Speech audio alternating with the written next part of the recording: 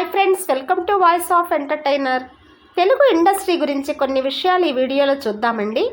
అతిపెద్ద ఆధునికమైన film studio Ramoji film city మన హైదరాబాద్ శివార్లలో ఉంది. దీన్ని నిర్మించింది స్వర్గీయ రామోజీరావు గారు.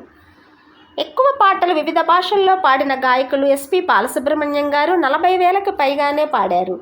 వివిధ భాషల్లో ఎక్కువ సినిమాకి దర్శకత్వం వహించిన దర్శకులు డాక్టర్ దాసనారాయణరావు గారు 149 మూవీస్కి డైరెక్షన్ చేశారు. అలాగే ఎక్కువ మూవీస్కి నిర్మాతగా దాదాపు 100 సినిమాలకు పైగా నిర్మించిన ఘనత రామానాయుడు గారిదే. అతి తక్కువ కాలంలో ఎక్కువ సినిమాల్లో నటించి దాదాపు 1250కి పైగా నటించిన నటులు బ్రహ్మానందం గారు.